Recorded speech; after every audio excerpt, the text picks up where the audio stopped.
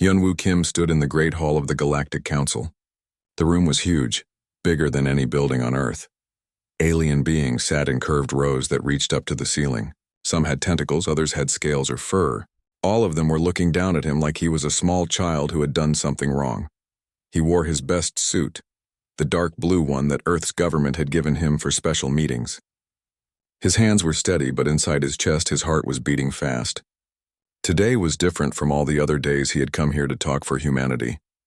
For 30 years, Hyunwoo had been Earth's voice in this place.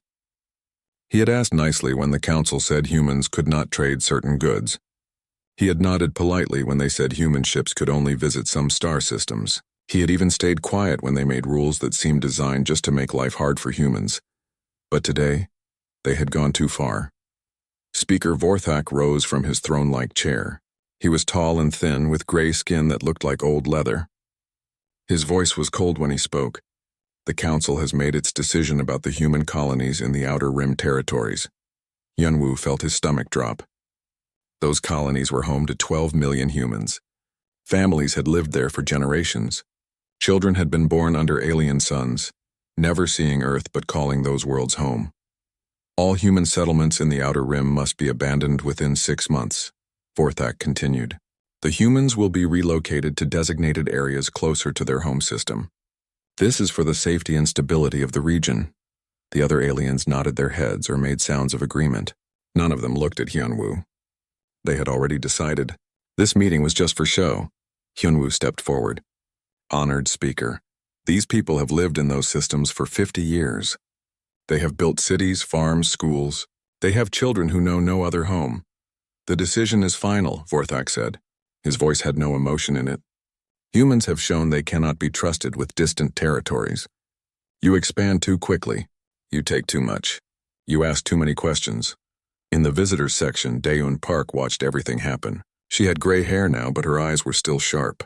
She had been a soldier before becoming Earth's military advisor. She knew how to read people, even alien people. The council was not just moving humans because of safety. Daeun had seen the reports.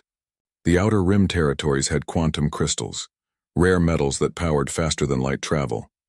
The council wanted those resources for themselves. Next to her sat Captain Jin-Ho Lee. He was younger, with quick hands and a quiet way of speaking. He looked like just another military officer, but Daeun knew better. Jin-Ho had spent the last 10 years building something the council did not know about. Jin-Ho touched his ear, activating a tiny communication device. He spoke so quietly that even Daeun could barely hear him. This is Shepard.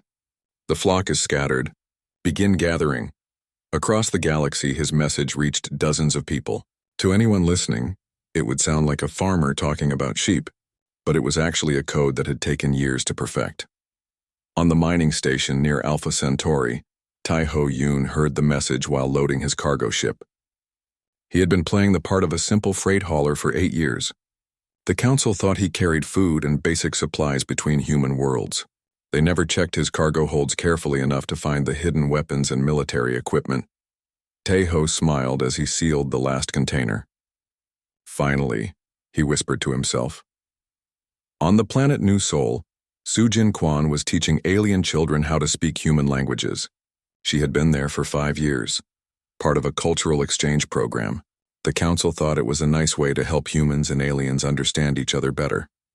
They did not know that Sujin had been mapping every important building, every military base, every communication center on the planet.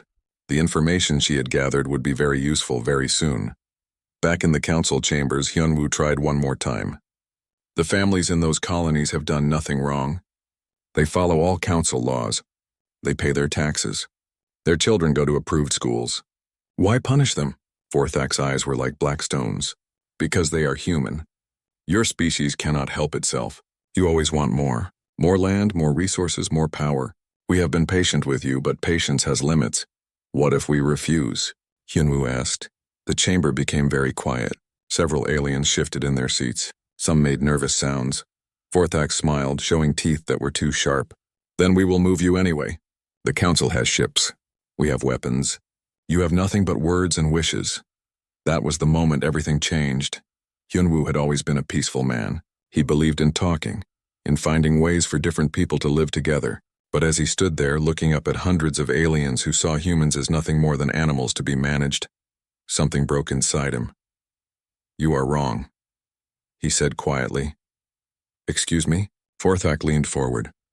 "You are wrong about what we have." Hyunwoo's voice was still calm, but there was something new in it, something cold and sharp. "You think we have nothing but words? You have made a very big mistake." He reached into his jacket and pulled out a small device. It looked like a simple communication pad, the kind diplomats use to read prepared statements. "This message is for the human colonies in the Outer Rim," he said, speaking into the device. "The Council has decided that you must leave your homes. They think we will obey because we have always obeyed before. They think we are weak because we have chosen to be patient." He looked up at Vorthak, and the alien leader saw something in the human's eyes that made him step back. "They are about to learn the difference between patience and weakness," Hyunwoo said. The message went out across space, reaching every human world, every human ship, every human listening post. It was not just words. It was a signal that people had been waiting for. Dayun Park stood up in the visitors section. Other humans throughout the chamber did the same. They looked up at the aliens who had spent so many years treating them like children. "The Council has made its choice," Dayun said, her voice carrying clearly through the huge room. "Now they will learn what happens when you push humanity too far." The war was about to begin. Young-Soo Choi stood on the bridge of his ship looking out at the stars. But this was not just any ship. This was the Soul's Revenge, a warship so large that it could swallow most space stations whole. The Council had never seen anything like it because they had never known it existed. For 20 years, Young-Soo had been building a secret fleet. While the Council watched the small defense ships that protected Earth, humans had been working in hidden places. They dug deep into asteroids and built shipyards where no one would look. They mined entire moons for metal and turned them into weapons. "Admiral," said Mi Jin-han, his second-in-command. She was young but had been training for this moment her whole life. "All ships report ready," Young-Soo nodded. Around him, displays showed the positions of 300 human vessels. Battleships, destroyers, carriers, and support craft. Each one had been built in secret, hidden in places the Council had never bothered to explore. The aliens had made a simple mistake. They thought humans were just miners and farmers who happened to live in space. They saw human ships carrying food, fuel, and basic supplies between colonies. They never realized that those same miners had been strip mining entire solar systems to build a war machine. "They thought we were digging for crystals and rare metals to trade," Young-Soo said to Mi-jin. "They never asked what we were really building with all that material." On the planet Kepler Prime, Tae Ho-yoon was getting his cargo ship ready for what looked like a normal supply run. The Council's inspection team had checked his papers and found everything in order. Food for the human colony, medical supplies, basic tools for farming. They never looked closely enough to see that the farming tools were actually weapons parts. The medical supplies included military-grade armor. The food containers held advanced communication equipment and computer systems. Tae-ho had been doing this for 8 years. Every month he made trips between human worlds carrying what looked like normal cargo. In reality, he was part of a huge network that had been secretly arming every human settlement in the galaxy. "Inspection complete," said the alien officer, a bug-like creature with too many eyes. "You may proceed." "Thank you," Tae-ho said politely. As soon as the alien left his ship, he smiled. Soon, all those years of pretending would be worth it. On New Seoul, Soo-jin Kwon was teaching her language class as usual. The young aliens were learning to speak basic human words. They thought she was just a teacher who wanted to help different species understand each other. They did not know that she was actually a captain in human intelligence. For 5 years, she had been mapping every important location on this planet. She knew where the power plants were, where the communication centers were located, where the military kept their weapons. More importantly, she had been training a network of human students who lived throughout the city. To the aliens, they looked like exchange students and cultural workers. In reality, they were soldiers waiting for orders. Soo-jin looked at her watch. In 3 hours, everything would change. Back on the Soul's Revenge, Young-Soo was reading reports from across human space. Every secret base was ready. Every hidden fleet was in position. Every sleeper agent was waiting for the signal. The Council had spent decades treating humans like children who needed to be watched and controlled. They had limited human trade, restricted where humans could live, and made rules that seemed designed just to keep humanity weak. They never realized that every restriction had made humans more clever. Every limitation had forced them to find new ways to grow and build. Every insult had made them more determined to prove their strength. "Admiral," Mijin said, "we're getting reports from our scouts. The Council fleet is moving toward the Outer Rim colonies. They think they can just force our people to leave." Young-Su looked at the tactical display. The Council fleet was impressive. 200 ships, including some of the most powerful vessels in known space. They had won every major war for the last 3 centuries, but they had never fought humans before. "Send the signal," Young-Su ordered. "Operation Thunderbreak begins now." Across the galaxy, humans received the message. But it was not sent through normal communication channels that the Council could monitor. Instead, it went through a network that had been built over 20 years of careful planning. On mining stations, workers suddenly stopped digging for crystals and started assembling weapons. On cargo ships, panels slid away to reveal missile launchers and particle cannons. On peaceful farming colonies, fields opened up to show hidden hangars full of fighter craft. The Council had always wondered why humans were such good miners. They dug faster and deeper than any other species. They could find valuable resources in places where others found nothing. Now they were about to learn the real reason. Humans were not just mining for money or resources. They were mining to build the largest military force the galaxy had ever seen. Donghyun Bay commanded a small group of cargo ships near Nexus Station, the Council's most important trade hub. To anyone watching, it looked like a normal convoy bringing supplies to the station's shops and restaurants. But when Young-Su's signal arrived, the cargo ships changed. Hull panels slid away to show weapons. Engine covers opened to reveal military-grade thrusters. What had looked like slow, peaceful freight vessels became fast attack ships. "This is Captain Bay to Nexus Station," he said over the radio. "We are taking control of this facility. Do not resist and no one will be hurt." The station's commander, an alien with purple skin and 4 arms, laughed when he heard the message. "You have 5 small cargo ships against our defense fleet of 30 vessels. Surrender now and we might let you live." "You misunderstood," Donghyun said calmly. "We are not asking you to surrender. We are telling you that you have already lost." At that moment, what the aliens had thought were asteroids near the station began to move. They were not asteroids at all. They were human ships that had been disguised and waiting. In minutes, the station was surrounded by 50 human vessels. The Council's mighty defense fleet found themselves outgunned and outnumbered. "Impossible," whispered the station commander. "Where did they all come from?" "We've been here for years," Donghyun replied. "You just never bothered to look carefully." All across Council space, the same thing was happening. Human forces appeared where none had been expected. Ships that had seemed harmless revealed powerful weapons. Bases that had looked like simple mining operations turned out to be military fortresses. The Council had made their greatest mistake. They had assumed that because they could not see human military power, it did not exist. They had confused secrecy with weakness. Now they were about to pay the price for that error. 3 days after the first human ships revealed themselves, the galaxy was in chaos. News reports flashed across every world that the Council controlled. Humans had taken 47 important locations in just 72 hours. General He Wanjiang sat in her command center on the hidden base called Iron Mountain. She had been planning this war for 15 years, studying every battle the Council had ever fought. She knew how their generals thought, how their fleets moved, what mistakes they always made. The Council fought wars like they were playing games with rules that everyone knew. They moved their fleets in patterns that had worked for centuries. They expected their enemies to fight back the same way every time. But humans did not follow those rules. "General," said her aide, a young officer named Kyung-Min Park. "Council Admiral Zephyros is moving his grand fleet toward Kepler's Gate. Intelligence says he has 200 ships." Haewon smiled. She had been hoping the Council would send their best fleet to Kepler's Gate. It was exactly what she wanted them to do. "Send word to Commander So-Young Park," she said. "Tell her that her guests will arrive in 18 hours."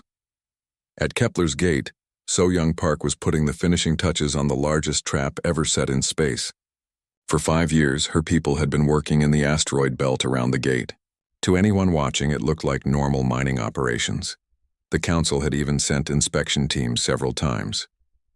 They saw humans digging into asteroids pulling out valuable metals and crystals. They saw mining stations and processing plants. They saw exactly what they expected to see. They never realized that the humans were not just mining the asteroids. They were turning them into weapons.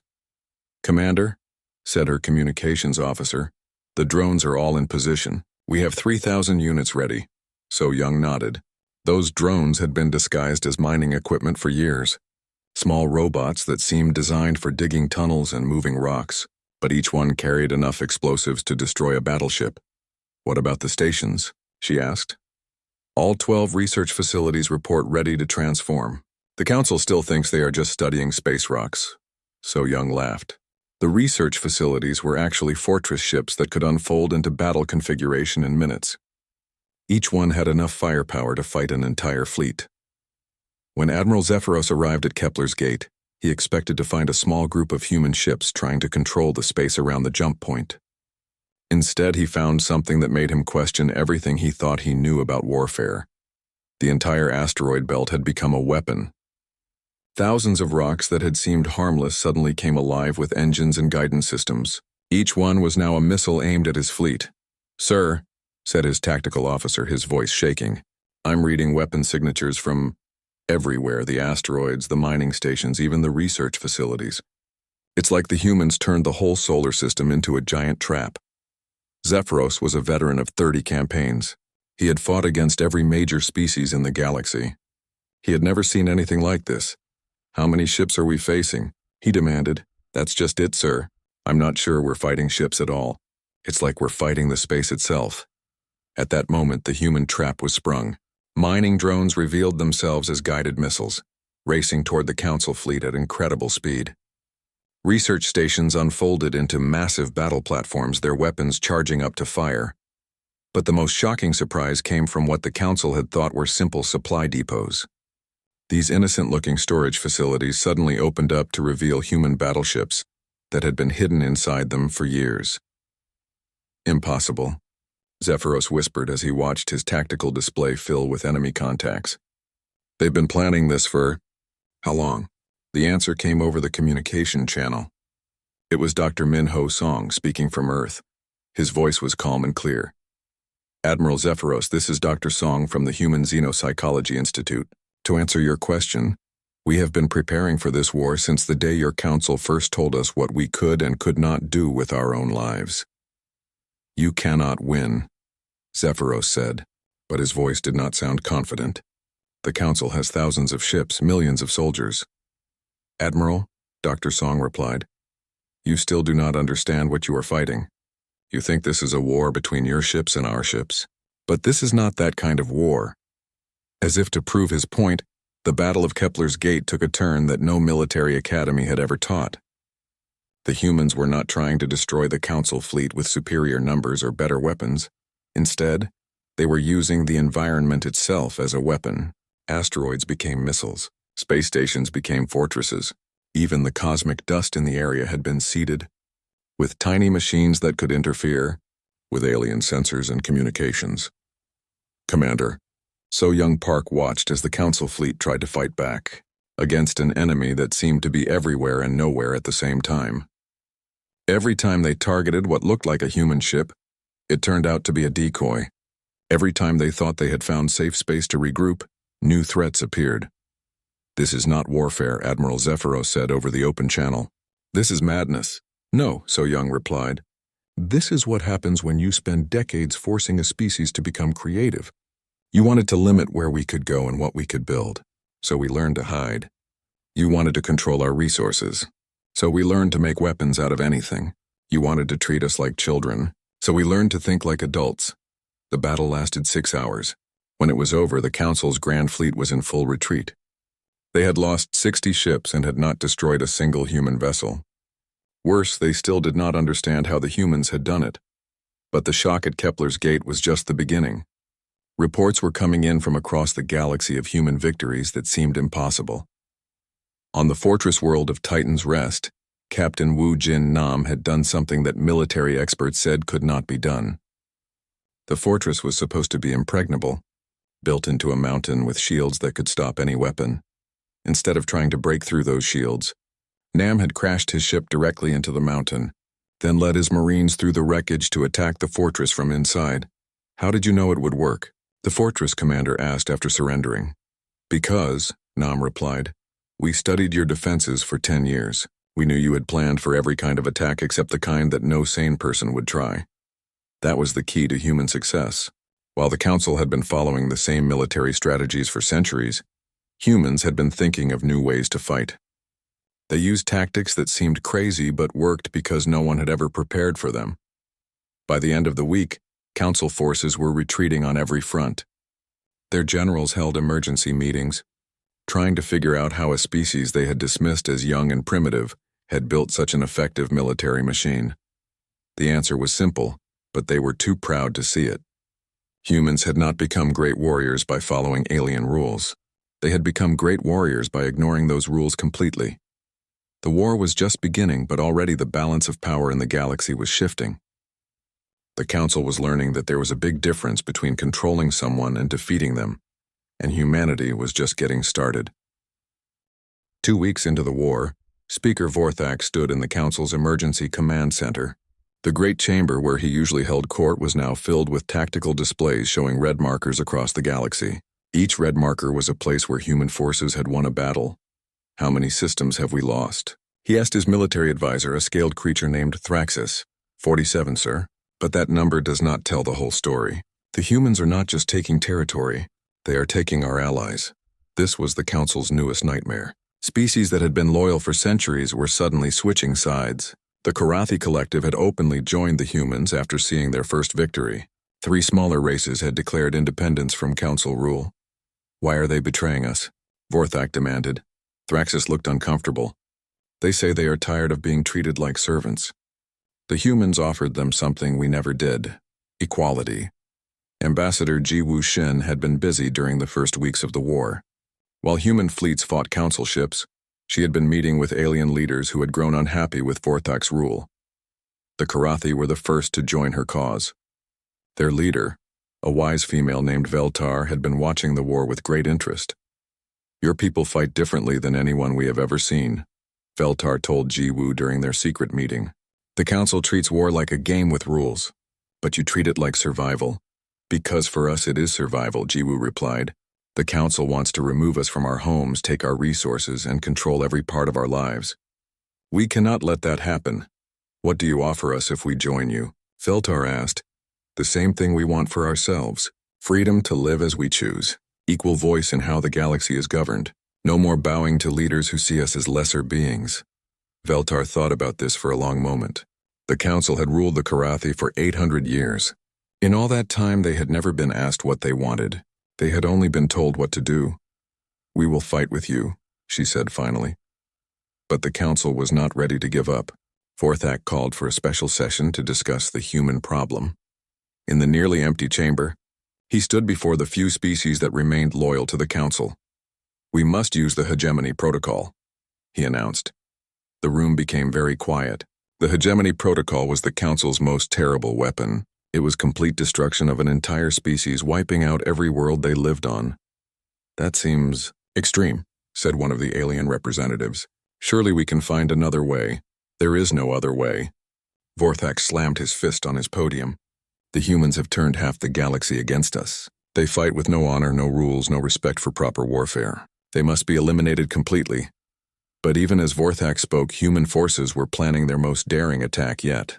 Captain Wu Jin Nam had volunteered to lead an assault on Fortress Prima, the Council's military headquarters. Fortress Prima was supposed to be impossible to capture. It was built inside a hollow asteroid, with shields so powerful they could stop any weapon. The only way in was through a single docking port that was heavily defended. Sir, said his lieutenant Min Jae Kim, the fortress has never been taken. Every species that has tried has failed. That's because they all tried the same thing, Wu Jin replied. They tried to fight their way through the front door. We're not going to do that. Then how do we get inside? Wu Jin smiled. We're going to make our own door. His plan was simple but crazy. Instead of attacking the docking port, he was going to crash his ship directly into the fortress wall. The impact would create a hole that his marines could use to get inside. That will probably kill us, Min Jae said. Maybe, Wu Jin agreed. but it will definitely surprise them. And sometimes surprise is worth more than safety. The attack began at dawn, ship time. Wu Jin's vessel, the Busan's Pride, accelerated toward Fortress Prima at maximum speed.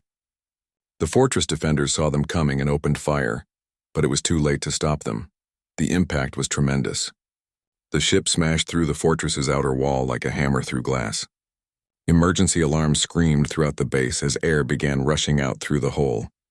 Wu Jin and his Marines, wearing full combat armor, fought their way through the wreckage of their own ship.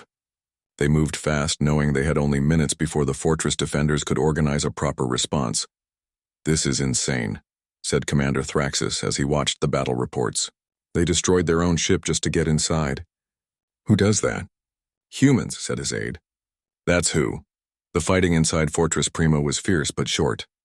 The Council's defenders had trained for attacks from outside, not for enemies who appeared in their hallways without warning. Wu Jin's Marines moved through the base like a storm, capturing key positions before anyone could stop them. 18 hours after the attack began, Commander Thraxus found himself facing Captain Wu Jin in the fortress's main command center. The human officer was dirty and tired, but his eyes were determined. "I surrender," Thraxus said, setting down his weapon. "But I must know, how could you do something so reckless? You could have all died." "Because," Wu Jin replied, "we were not fighting for conquest or glory. We were fighting for our families, our homes, our right to exist. When you fight for those things, you will risk anything." The fall of Fortress Prima sent shockwaves through what remained of the Council. Their most secure base had been taken by an attack that should not have been possible. But worse news was coming from every front. Human fleets were not just winning battles. They were changing the nature of warfare itself. They used tactics that had never been seen before, weapons that had never been imagined, strategies that broke every rule of military science. President Kyung-hee Lim sat in her office on Earth, reading reports from across the galaxy. In just 1 month, humanity had gone from being a controlled species to being the dominant military power in known space. "Ma'am," said her secretary, "Ambassador Hyunwoo is requesting permission to send the Council our terms for ending the war." "What terms?" Kyung-hee asked. "Complete independence for all human worlds, reparations for 30 years of economic restrictions, and the dissolution of the Council's military authority." Kyung-hee thought about this. A month ago, such demands would have seemed like a dream. Now they seemed reasonable. "Send the terms," she said, "but also send a message to our fleet commanders. If the Council refuses our offer, we finish what they started." As the war entered its second month, it was clear that the galaxy would never be the same. The species that had ruled for so long were learning what it meant to face an enemy that refused to follow their rules, and humanity was showing everyone that sometimes the best way to win a fight is to change what the fight is about. 6 months after the war began, Hyunwoo Kim stood once again in the great chamber of the Galactic Council. But everything had changed. Most of the seats were empty now. Half the Council species had either been defeated or had joined the human side. The walls showed scorch marks from the battle that had taken place here 3 weeks ago. When the Council had refused humanity's peace terms, human forces had simply taken the capital by force. Vorthak was gone. He had fled to a distant world when it became clear that the war was lost. In his place sat a small group of alien leaders who were ready to talk about peace. "The terms are simple," Hyunwoo said, reading from a document that had been signed by every human leader. "Complete independence for all human territory. Fair compensation for the resources and opportunities you denied us over the past 30 years, and the end of the Council's military dictatorship." One of the remaining alien counselors, an elderly creature with blue skin, raised his hand. "What do you mean by the end of our military dictatorship?" "We mean that no single group will ever again have the power to tell entire species where they can live and what they can do with their lives," Hyunwoo replied. "The new government will represent everyone equally." "And if we refuse?" asked another counselor. Admiral Young-Soo Choi, who had been standing quietly beside Hyunwoo, stepped forward. "Then we will continue the war until there is no council left to refuse." It was not a threat spoken with anger. It was a simple statement of fact. The human fleet now controlled most of the galaxy's important systems. The remaining council forces were scattered and broken. "You have won," the blue-skinned counselor said finally. "What happens now?" "Now we build something better, said a new voice from the chamber entrance. Sebin Ro walked into the room, followed by representatives from dozens of species.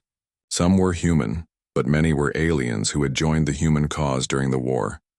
Sebin had been elected as the first director of the Terran Commonwealth, the new government that would replace the Council. Unlike the old system, where a few powerful species made decisions for everyone else, the Commonwealth gave every member species an equal voice.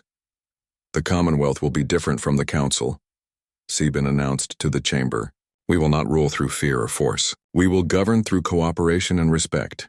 Pretty words, said one of the counselors. But you conquered us with violence.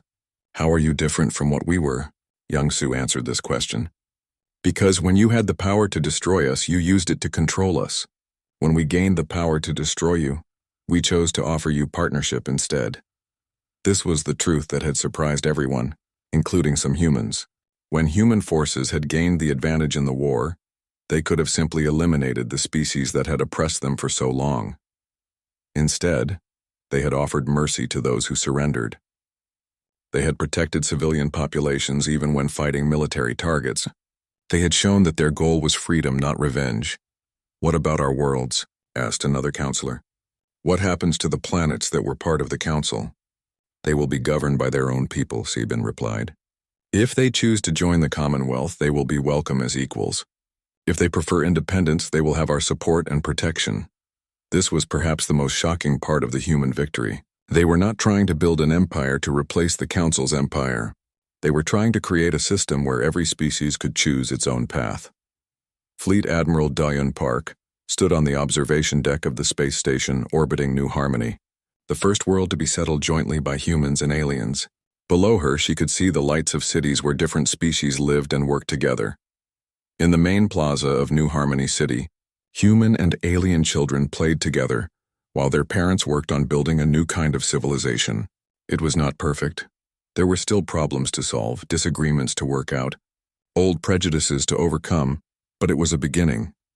Admiral, said her aide, Captain Jiangsu Li, we're getting reports from across the Commonwealth. Former Council worlds are requesting membership. It seems that word about New Harmony is spreading. Da-Yun nodded. She had expected this. When people saw that it was possible for different species to live together as equals, they wanted to be part of that future. What about the resistance? She asked, mostly ended. The few Council loyalists who are still fighting have no popular support. Most species are happy to be free of the old system. Da-Yun thought about this. The war had lasted only 6 months, but it had changed everything. Humanity had not just won military victories. They had won the more important battle for the hearts and minds of the galaxy's people. Admiral, Jiangsu continued, there's something else. We've found Speaker Vorthak. Da-Yun turned. Where is he? On a mining colony in the Outer Rim. He's been captured by local security forces. They're asking what to do with him. This was a test that Da-Yun had been expecting. Vorthak had been the face of human oppression for decades. He had made the decisions that led to the war. Many people wanted him to pay for what he had done. Have him brought to Earth for trial, she said. A fair trial with proper legal representation and the right to appeal. Jiangsu looked surprised. Ma'am, after everything he did? Especially because of everything he did, Da-Yun replied. The difference between us and the Council is that we believe in justice, not just power. If we start acting like them, then we become them. A year later, the memorial was unveiled on Earth. It was a simple stone monument with words carved in dozens of languages. The inscription was short but powerful. Here lies the patience of humanity. Disturbed once, never again. Hyun-Woo Kim stood before the monument during the dedication ceremony. Around him were thousands of people. Humans and aliens, military officers and civilians, old enemies who had become new friends. We built this monument not to celebrate war, but to remember peace, he said to the crowd. For 30 years we tried to solve our problems with words and patience. We hoped that understanding and cooperation could overcome fear and prejudice. He paused, looking at the faces in the crowd. Many of them had fought in the war. Others had lived through the years of Council oppression. All of them had seen what happened when patience was pushed too far. The Council mistook our patience for weakness, he continued. They thought that because we preferred peace, we were not capable of war. They learned that this was not true. But the most important lesson of this war is not about fighting. It is about what comes after fighting. It is about having the wisdom to know when to stop, the courage to offer mercy, and the strength to build something better from the ruins of what came before. Admiral Young-Soo Choi was also at the ceremony. He had retired from active duty and was now helping to train the Commonwealth's new integrated fleet, where humans and aliens served together on the same ships. "Do you think it will last?" asked Mi Jin-han, who was now a captain in the Commonwealth Navy. "What, the peace?" Young-Soo thought about this. "Nothing lasts forever, but I think we've bought ourselves some time, and maybe we've shown the galaxy that there's a better way to solve problems than crushing anyone who disagrees with you." The ceremony ended with a moment of silence for all those who had died in the war, human and alien alike. Then the crowd dispersed, returning to the work of building a new kind of civilization. As the sun set over Earth, Yun-Woo remained by the monument. He thought about all the meetings, all the negotiations, all the times he had tried to find peaceful solutions to impossible problems. In the end, peace had come not through words, but through strength. But the strength had been used not for conquest, but for liberation. Humanity had fought not to rule others, but to free themselves. It was not the ending he had hoped for when he first stood before the Council all those years ago. But it was perhaps the ending that the galaxy needed. The Council had gone too far. Humanity's patience had finally snapped. But from that breaking had come something new, a future where no one would have to choose between freedom and safety. And that, Hyun-Woo thought, made everything worth it.